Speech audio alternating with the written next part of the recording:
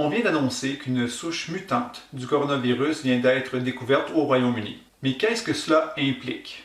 Une nouvelle mutation, oui, mais pour l'instant, les premières données semblent nous indiquer que le virus est plus facilement transmissible d'une personne à l'autre, mais ne serait pas nécessairement plus dangereux ou plus mortel. Donc, dans la présente vidéo, je vais vous expliquer un petit peu ce que sont les mutations, quelles peuvent être leurs conséquences, puis on va essayer de répondre aussi à plusieurs questions que les gens se posent. Donc, qu'est-ce qui va se passer justement avec ce nouveau virus-là? Est-ce que les gens qui ont déjà été infectés pourraient être réinfectés par la nouvelle souche? Est-ce que le vaccin ou les nouveaux vaccins que l'on vient à peine de mettre au point vont encore être efficaces? Donc, je vais essayer de répondre à toutes ces questions-là en expliquant à la base ce qu'est une mutation et qu'est-ce que ça peut entraîner comme changement sur le virus lui-même, puis par la suite sur notre santé à nous. Donc, on va voir ça maintenant. Donc, on l'a vu dans les derniers jours au Royaume-Uni, on a découvert une nouvelle souche, une souche mutante du coronavirus, donc qui cause la COVID-19. On le voit là, sur l'image, les journaux tabloïds anglais craignent le pire, dans le fond, okay, parce qu'on ne connaît pas encore ce nouveau virus-là beaucoup.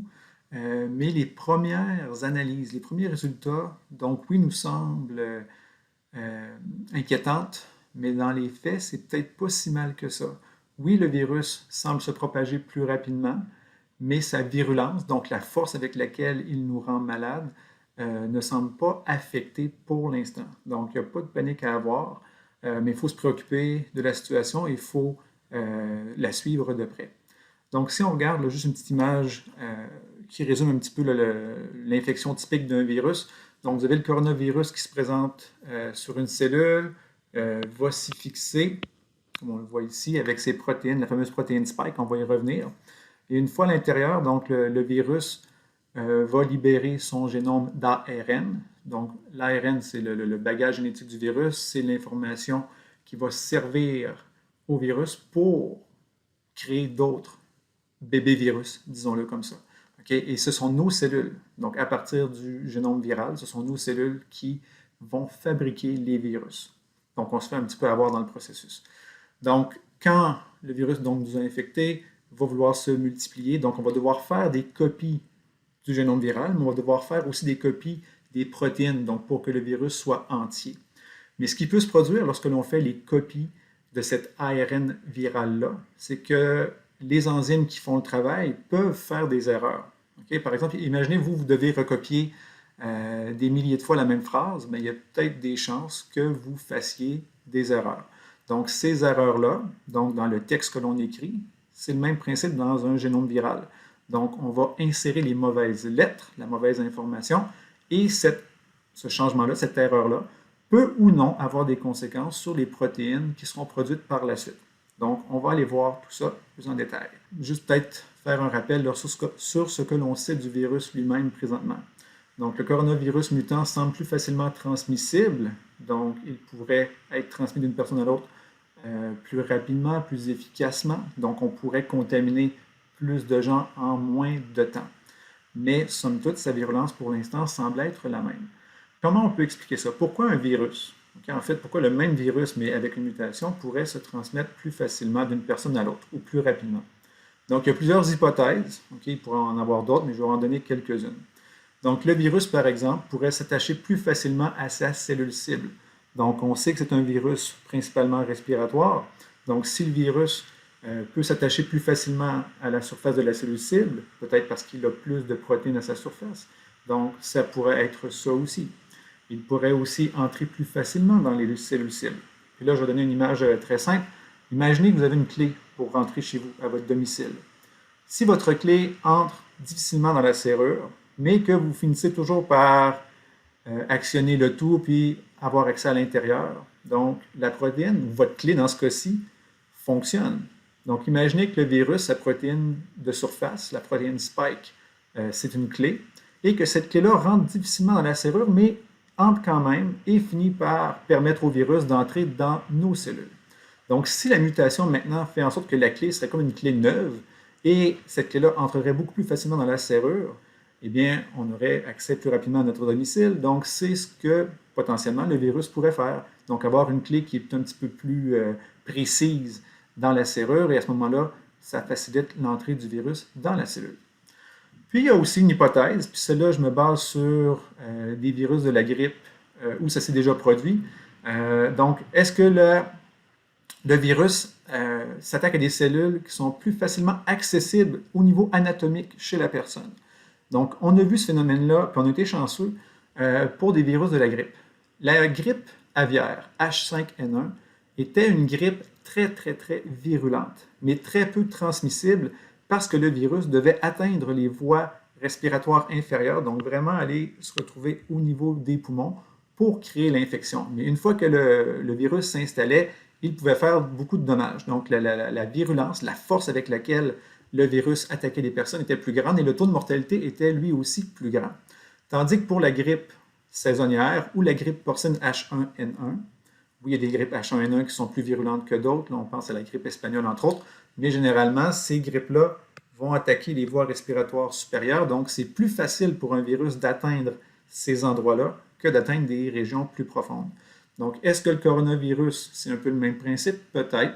Okay, ça pourrait expliquer pourquoi il est plus facilement transmissible, par exemple, s'il s'attaque surtout là, aux voies respiratoires supérieures. Mais ça, c'est une hypothèse. C'est juste pour vous expliquer les différentes options qui pourraient faire en sorte qu'un virus se transmet plus facilement.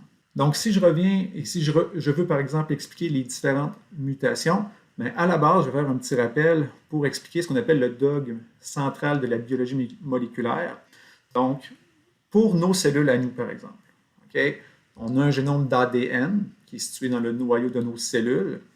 Et de cet ADN-là, lorsqu'on veut fabriquer une protéine, on va faire une copie du gène d'intérêt, qu'on va appeler l'ARN messager. Donc, c'est la molécule que vous voyez ici. Le RNA, c'est pour ARN en anglais. Donc, notre ARN, par la suite, lui, va quitter le noyau, va se retrouver au niveau du cytoplasme ou de différentes structures de la cellule, qu'on appelle le RER, ou réticulum endoplasmique rugueux, va être capté par des ribosomes, cet ARN messager-là, et les ribosomes vont fabriquer une protéine qui aura un rôle à jouer par la suite. Le virus, le SARS-CoV-2, donc le virus qui cause la COVID-19, lui, il a un génome déjà sous forme d'ARN. Okay? Donc, toute cette étape-là ici ne le concerne pas. Donc, quand le virus vous infecte, son ARN va être inséré dans votre cellule, mais ne se rendra pas nécessairement dans le noyau. En fait, il ne se rendra pas dans le noyau d'ailleurs. Donc, l'ARN viral va être directement capté par vos ribosomes pour faire des protéines et diverses enzymes virales aussi vont permettre de reproduire cet ARN messager-là et c'est là que les erreurs peuvent survenir. Donc, imaginons par exemple que vous avez, bon, ça c'est le génome de notre SARS-CoV-2, donc du virus qui nous intéresse. Par exemple, vous pourriez avoir ce nucléotide-là qui pourrait être modifié. Donc, on pourrait lui donner, par exemple, si c'était un nucléotide, on va dire G, mais on pourrait avoir une mutation qui le change pour un A. Okay? Parce que dans l'ADN et l'ARN, on a toujours 4 nucléotides. Les 4 nucléotides de l'ADN sont le A, le T, le G et le C. Et dans l'ARN, on remplace le T par un U. Mais tout ça pour dire, donc on a 4 nucléotides qui sont placés un à la suite de l'autre dans un ordre quelconque qui va permettre la production des protéines. Donc, si on change une lettre pour une autre, ça peut avoir des conséquences sur les protéines qui sont produites. On va aller voir ça. Donc ici, c'est le génome viral du SARS-CoV-2. Donc, c'est un génome ARN d'environ 30 000 bases, donc 30 000 lettres. Okay? Donc, les fameux A, U, G, C. Okay? Donc, il y en a 30 000 de long, okay? Dans un ordre quelconque. Donc, dans ce génome-là, on va retrouver différentes protéines virales. Puis celle souvent qui nous intéresse le plus, c'est celle-là ici, la protéine spike, parce que c'est la protéine qu'on retrouve à la surface. Et c'est souvent cette protéine-là que l'on cible pour la production des vaccins. Et c'est souvent cette protéine-là, avant même les vaccins, que notre propre système immunitaire va tenter de neutraliser, parce que c'est la protéine qu'on retrouve à la surface du virus. Donc, si nos anticorps peuvent se fixer sur ces protéines de surface-là, eh bien, éventuellement, le virus pourrait être neutralisé et ça l'empêcherait d'entrer dans nos cellules. C'est un petit peu ça, dans le fond, le principe du vaccin, c'est qu'en vous injectant l'ARN viral, ou du moins un segment de l'ARN viral, donc dans le fond, les vaccins là, de Pfizer et Moderna, là, ce qu'on vous injecte, c'est ce segment de génome-là qui va permettre, donc quand on vous l'injecte, on vous injecte des milliers de copies dans le fond de ce petit bout d'ARN-là, vous recevez cet ARN-là et vous produisez vous-même la protéine spike. Protéine spike que vous exprimez à la surface de vos cellules, que vous libérez à l'extérieur de vos cellules, et là, votre système immunitaire va la reconnaître. Okay? Mais là, cette protéine-là, elle a une forme particulière, et notre système immunitaire répond à cette forme particulière-là. Donc, qu'est-ce qui pourrait arriver, par exemple, si une mutation survenait? Des mutations dans des virus, virus ARN particulièrement, il y en arrive tout le temps. Ce n'est pas un phénomène nouveau, ce n'est pas extraordinaire. L'ARN, c'est un petit peu moins stable que l'ADN. La correction des erreurs dans l'ARN est peut-être moins efficace que dans l'ADN. Bref, ce sont des phénomènes qui arrivent souvent. Il ne faut pas s'étonner. En fait, la communauté scientifique ne s'est pas étonnée vraiment de ça, que le virus subisse des mutations. Mais dans les mutations, donc par exemple, ce que vous voyez ici, donc dans l'image à gauche, par exemple, c'est le génome normal, et à droite, on voit une séquence qui serait mutante ou mutée. Donc, il y a différentes formes de mutation. La première, c'est ce qu'on appelle une mutation silencieuse. Dans le fond, elle n'a aucun impact sur la protéine produite. Donc, si vous regardez la première séquence, celle-là ici, donc, la mutation survient ici. Donc, juste pour l'expliquer, là, les séquences de 3 lettres que vous voyez, on appelle ça des codons. Donc, ces 3 nucléotides-là, par exemple A, G, C, ça c'est une séquence d'ADN. Donc, ce ne serait pas la même chose dans l'ARN. ARN, on remplacerait tous les T par des U, mais le principe demeure le même. Donc, par exemple, ici, on a changé l'adénine, donc un A par un T, qui est de la thymine. Dans l'ARN, ce serait de l'uracile, mais ce n'est pas ça le point. C'est que par la redondance du code génétique, une mutation comme celle-là, dans le 3e nucléotide, ne change rien. L'acide aminé qui est ici, la valine, ça va être quand même de la valine qui va être introduite, même s'il y a eu un changement au niveau d'un seul nucléotide. Il y a par la suite ce qu'on appelle des mutations faux sens. Donc là, par exemple, on voit que la mutation, ça c'est la séquence originale, la mutation qui est ici, donc on a remplacé la cystéine par de l'adénine. Donc, les acides aminés produits ne sont plus les mêmes. Et là, on peut avoir une conséquence sur la protéine. Parce que si on change un acide aminé dans la séquence de protéines, ça peut changer la conformation tridimensionnelle de la protéine produite.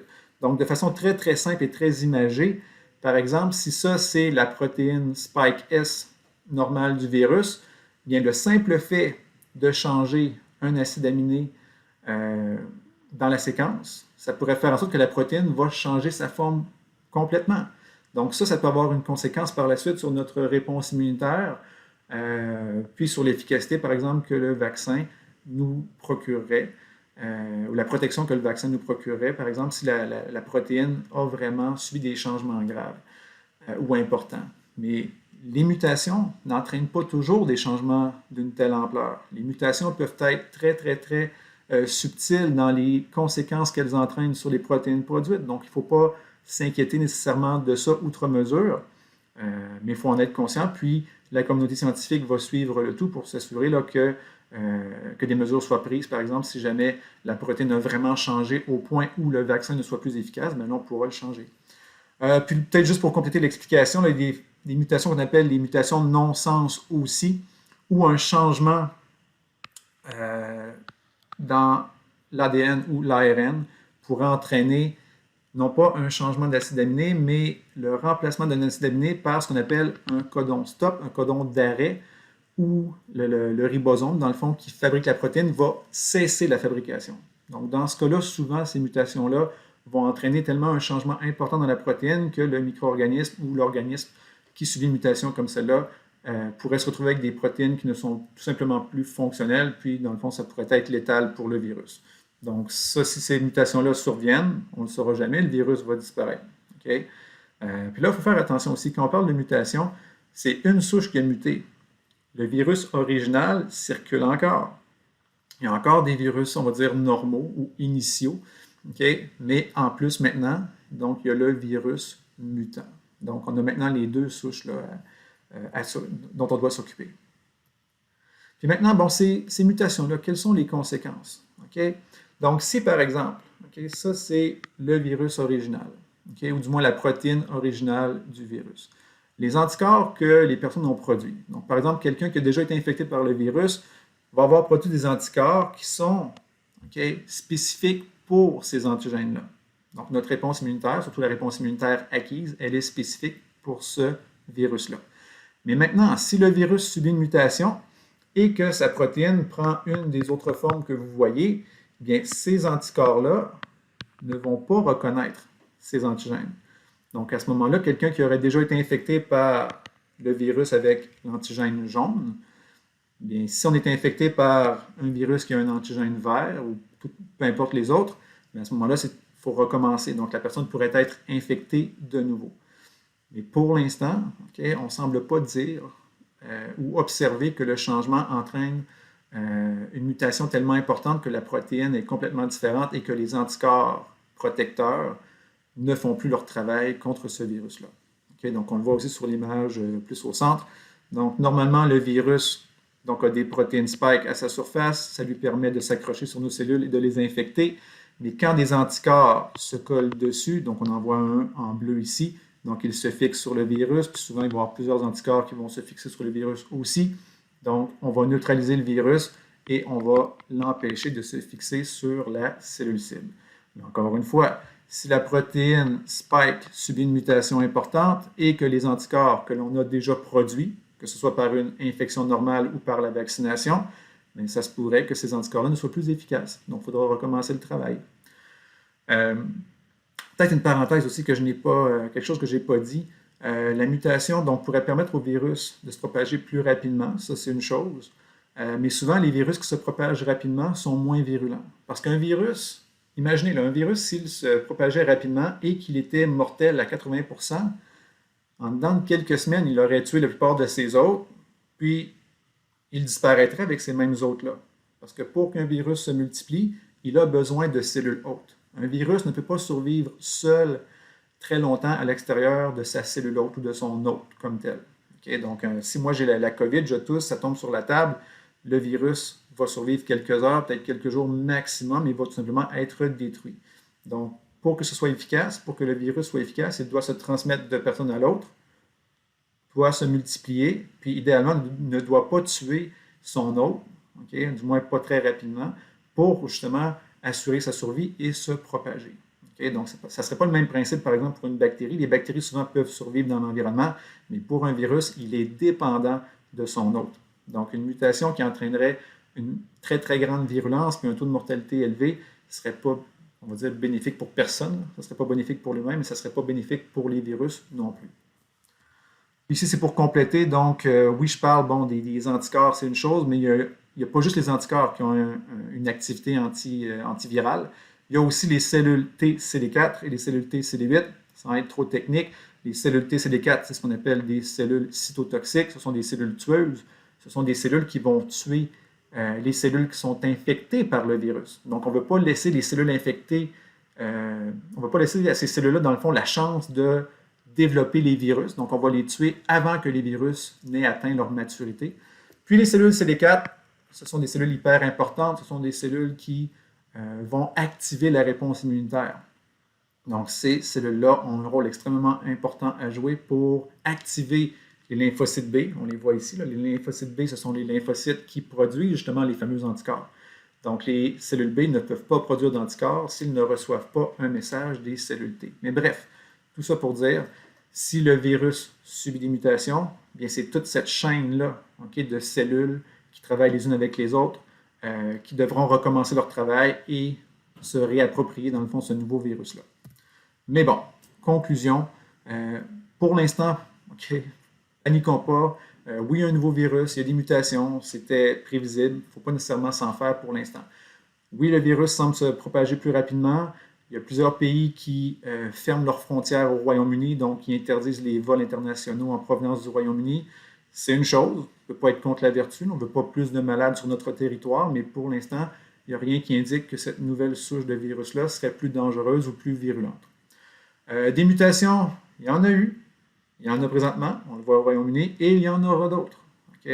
Ce virus-là fait maintenant partie de l'environnement normal, il faut s'y habituer. on va apprendre à vivre avec, on va développer des nouveaux traitements, on va développer des vaccins, puis peut-être qu'on va devoir, comme je l'écris au point suivant, développer des vaccins d'année en année pour s'assurer, dans le fond, d'avoir une protection à chaque année, comme la grippe. Okay? La technologie maintenant, elle est là, elle est présente. Puis avec des vaccins à ARN, on peut, disons, se revirer de bord, en bon français, en bon québécois, et modifier, dans le fond, le génome muté. Donc, le génome ou le bout de génome qu'on vous injecte, on peut le modifier assez rapidement. On n'a pas besoin de mettre des virus en culture ou dans des œufs ou quoi que ce soit. Donc, on prend le génome, on le fabrique en laboratoire, on le modifie et on vous injecte la version modifiée. Donc, une fois que tout ça sera enclenché, d'année en année, si le virus mute, okay, ça ne sera peut-être pas une si grande catastrophe, on pourra s'adapter. Okay? Donc, il ne faut pas perdre espoir. On va sortir de cette pandémie-là, mais il faut faire des efforts en attendant qu'on ait, disons, soit une immunité collective ou soit que les vaccins aient fait leur preuve et que les vaccins soient efficaces. Et éventuellement, c'est sûr, on va retrouver une vie très, très, très près, sinon au même niveau de normalité que l'on connaissait avant 2020. Voilà, bonne fin de journée.